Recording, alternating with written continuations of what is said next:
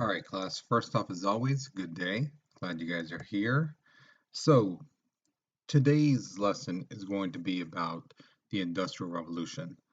This is the first video of it. So, um, there's a warm-up picture right there in front of you. So, first off, as always, what do you see?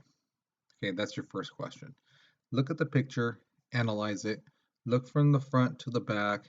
Um, Again, this picture is kind of like grainy and it's kind of blurry, but again, you have to remember this is the infancy of photography, the beginning of it. So they're not going to be crystal clear how they are now. A lot of these pictures, they're going to be blurry. Okay. Now, just by looking at it, what do you see? Okay. So break it down. The second question I have for you is, um, what do you think is going on? All right, look at the type of people who are there in this picture. Um, Look at what's around them. What do you think they're doing? And also look at how far apart they are. So what do you think is happening in this picture? All right, so analyze it, break it down, make your list first, and then from that, draw a conclusion. What's happening here?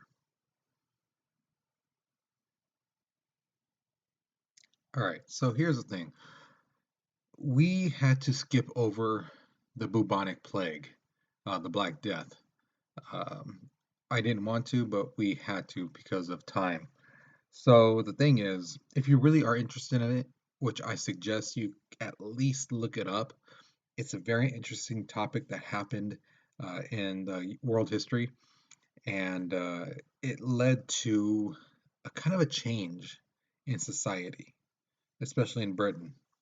Now, there were basically five factors that brought about the English Industrial Revolution. Now, the first one is agricultural change. There was an expansion in farmland. The weather, in England, it's really kind of rainy, things like that. But for this time, the weather was really good. It rains when it needed to, it was sunny when it needed to be, and it was cold um, just in time for people to get the harvest their crops and stuff like that. So before the stuff could go bad or die in the winter cold. Improved transportation, roads were better. So before what they used to do is like if there was a path that they wanted to use that looked good, a lot of the times they just took their wagons through it. And then after so many times, the road would get smooth from the carriages kicking away the rocks. The horses would be kicking up the rocks. Um, the grass, if it was grassy in that area, there would be a path because so many times going through it with a carriage or with a wagon, the dirt would be, the grass would be pressed on and be taken out, things like that. So it would create a path. So what they did is they actually built roads, and that made things a lot easier. And then there was new crops that came about. Now, one of the biggest crops to come about was the potato. All right. Now, that picture right there, do you see to the side? That is a great illustration because the thing is, from one potato, you can actually grow more, you know. So what you do, you take it, you put it in the ground, let it grow, grow, grow. Now, as the roots went out, it would create more potatoes, and potatoes are high in starch, which fill you up. So you didn't need that much to fill you up. And these potatoes didn't need that much ground to grow. So in some countries, especially the rocky countries, this was amazing because a lot of times they couldn't grow stuff because there was no way roots could go into the ground. And then, like trees, it was hard for trees to grow in rocky areas, because there's rock, you know. So these potatoes could actually grow with little dirt, you know, and they could grow and they had food. Now, because of food, and because so many people died during the Black Death, and um, the best way I can say it is like if you've seen the Infinity War or the Endgame movie, Thanos is all like snapping the finger, half the people die, and then afterwards the people are sad, but they're not hungry anymore. There's plenty of stuff to go around, you know. And that's the thing, with the increased food supply, more people could basically eat, without worrying, oh my God, we have to ration out our food, things like that. No, because not many people were around. And because not that many people were around, food was now, instead of, let's say, a million people had to be fed, now it's only 300,000. So that food that could fed a million people is now able to feed 300,000 easily. And in fact, there was left over. So the price of food went down. Okay. Now, another thing that happened was fences. Fences were being placed in common land and basically forced people in the city. What a lot of times people did was they did this thing called more or less. They had a verbal agreement, sometimes it was written down, but it was not a definitive line in the ground. Sometimes it was just like from this marker, from this tree, this rock, this hill to that area over there, and then from that point to this point, that's my land, the other side is yours. You know, that's how they did it. The Mexicans, they had this thing called más o menos, more or less. So that's how they would do fences. My land is from this point to this point, more or less, and yours from this point to this point, more or less. But now they definitively had fences, and so when people lived on someone's land, they're like, this is my land. You got to get out of here. So these cottages and these little shack houses that people had, they thought they were safe in distant places. No, now it's private property, and those people had to go to the cities. Now, because these farms got these people out of the way and these shacks were not taken down, they didn't have to worry about trees, so these people could have shade, things like that. Now that means more land to grow crops and also produce more food. All right. So another thing that happened was there was a steady supply of money. Companies realized, hey, you know what, we're starting to get some money in, and they're like, you know what, we should get some machines. Yeah, things were made by hand before and back in the day, like books. Books were written by hand, and that's why it was rare for somebody to have books, to actually own books, because they were expensive. People had to, somebody had to look at another book and write it and be able to write it perfectly. And sometimes they did artistic stuff to it, things like that. But when the printing press came about, they didn't have to worry about writing it by hand, things like that. They just put the tiles in, got one paper, boom. Put the ink, blah, blah, blah, another paper, boom. So now they only had to worry about writing it one time and they could print out as many copies as they want as long as they had ink and paper. So the price of books went from high to really, really low to the point where people could get books from anywhere, anytime. It wasn't for just the rich. Now, I used this word before, laissez-faire, back in the past. You may not remember it. Some of you guys may not even been in class when we did that vocab word. Laissez-faire basically means let the people be. So they're basically saying when it comes to the economy, if a company wants to sell fart flavored gum, let them. Or does that mean people have to buy it? No. But if that's what that company wants to make, let them. You don't have to buy it. But if they want to make it, fine. Go for it. It's all you, buddy. If somebody wants to buy um like my little pot figures, right? If somebody wants to buy 50,000 of these, they can. No one's stopping them. Is that wise for them to spend their money all on that? No, chances are they have bills and other stuff they need to take care of. But no one says you can't buy a bunch of these if you want to. No one's putting a regulation on those. So that's the thing. That's what laissez-faire means. Let the people be. Okay. Number 4, plentiful resources. Basically, was this is like this. In some places in Europe, factories were built near rivers. Okay, and that powered up the machines. Of all these machines to the side, the one that really didn't need water was the cotton gin. As you can see, it has a crankshaft. You just turn it and It tore up the cotton, spit the seeds down the bottom, things like that will made the cotton nice and fluffy and clean. Um, and the thing is, because there was less people, you know, um, there was more resources.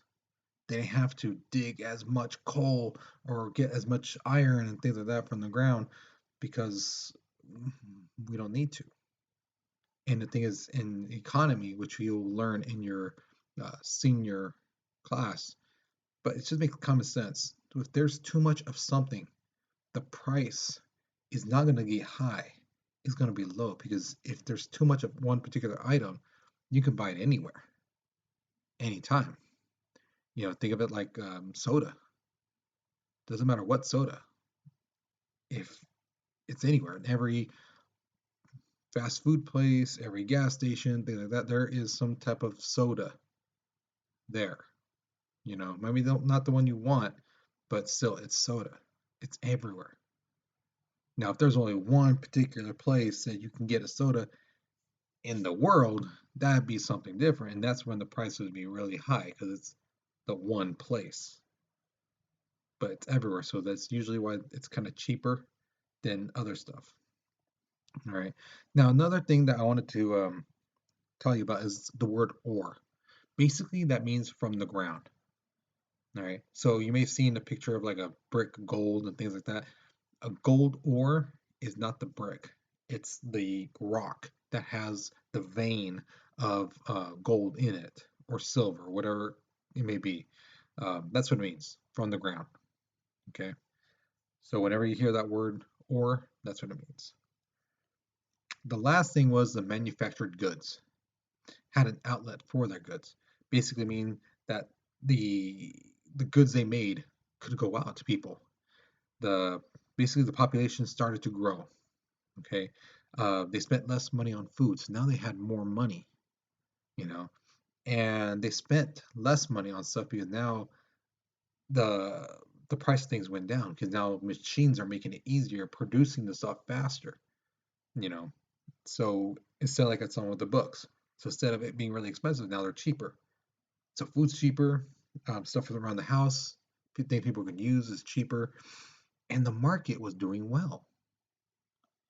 And this made things great, hunky dory. All right. So here we go. Now we're going to get to our question. Now, my question to you is this: if your family had an extra $500 coming in every 2 weeks, what would you like them to do with that money? All right. Now, please keep it school appropriate, PG type of stuff. Don't be saying some inappropriate things, okay? Because remember, you're still getting graded on this, and I do read this stuff. So be appropriate, okay? But what would you do? Would you tell them, hey, you know what, hold on, let's save it for a couple months so we can get 2 grand, and then we can basically do this or that. We can go to a place. Is there something that you guys really need? Maybe an extra car. I mean, whatever it may be. What do you think your family should spend if they had an extra $500 every 2 weeks coming in? So basically, $1,000 a month. Would you want them to save it for something to build up for something? Would you want to spend it now? Is this something you guys really need, or something you think the family needs? Um, is that maybe like even just hey, we need to take a little vacation. We haven't taken a vacation since I was like 4 years old. You know, what is it? Okay, so there's your writing prompt on the bottom. I would want my family to spend that $500 on whatever it may be. Maybe you put on nothing for right now for at least 2 months because that's be enough to buy whatever or put a down payment on whatever. Okay, so there's a writing prompt. Um, we're going to be going to the notes in about 3, 2, 1. So now we move on to the last part of the notes. Now, here's the thing we take advantage of cotton clothes. So, shirts like this, my undershirts and things like that, you probably have something on that's made of cotton. Um, we take advantage of it here in this country because in the South, in our country, they make a lot of cotton. I mean, since the beginning of this country, they made a lot of cotton. So we have grown accustomed to it. Now, some places like England, cotton would not grow that well there because, again, it's very rainy. It doesn't get much humidity. Um, it's mainly cold, things like that.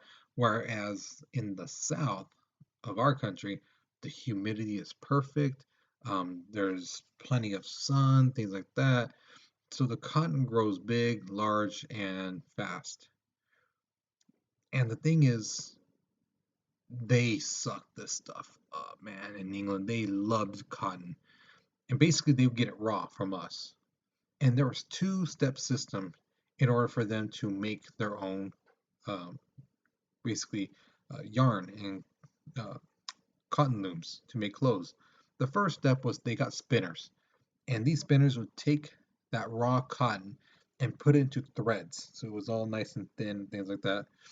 And then there you go to these weavers, and these ladies put the cotton into a thread and onto looms. So it was like a thing of cotton that was in threads, and then they would basically can make a shirt out of it, or make a blanket or whatever they needed to. But here's the thing that England used to do was get cotton from India. Now, India basically had a monopoly on cotton in England for the longest time. And the thing is, they had the price up here because they knew England could not make their own cotton, and so they relied on India for cotton, for the cotton T-shirts, things like that. So they kept the price up here. But when the United States was really selling the cotton, and England knew they could make it themselves, so they took it raw from the United States and made it themselves. That made the price of the Indian cotton shirts go down because now the English can make their own. And now these guys are like, well, if the price is up here and they're England's selling it down here, we need to sell it down here because now we got competition. Because if the price is too high, are you going to buy anything that's really expensive? Think like this: a McDonald's hamburger. Are you going to spend $15 on one hamburger? No. You're gonna look around and say, hey, I'd rather go somewhere else. I can get it for the meal for like $8, not just for one little hamburger for $15. You're crazy. Okay, so that's competition. That's what it does in economics, which you'll learn in um, your senior year. The last thing I wanted to tell you guys about was a flying shuttle, which is this is one invention that it was on the last slide. Basically, it made the producing of clothing faster, and because of that, it made things cheaper. All right, and that changed everything again because now England could make their own clothing. They didn't have to get it from other countries; they could make their own. And because they could make their own, it could be sold a lot cheaper. And because of the inventions, they could even sell it even cheaper again. People wanted to keep the money in England as opposed to spending their money that was going to go to India. See, so that's what they liked. That's what they got. And the Industrial Revolution was able to do that for them. All right, so that's the end of these notes. So be sure that you put your name on the packet. If you didn't have a packet, make sure you put your name on the sheet of paper that you did the notes on. Um, and then when you come into class, turn it into the basket. Again, please put your name, your period, and the day. Okay, so put your name, period 5. Is it Monday, Wednesday, Tuesday, Thursday? All right, which class are you in? Because again, if I have to look for you, I'm taking points off because a lot of you guys, it's ridiculous. You know, I'm sorry. Yeah, I do mix your guys' stuff together because I have to put all the U.S. history together. The my other classes together, and then you guys, the world history together. And sometimes it's like I don't know what period you're in. Because again, it's world history. Okay. So please put Monday, Wednesday, Tuesday, Thursday. All right. So with that being said, hopefully you guys learned something new. I hope you enjoyed this, and I'll see you in class. All right. So take care. Be safe.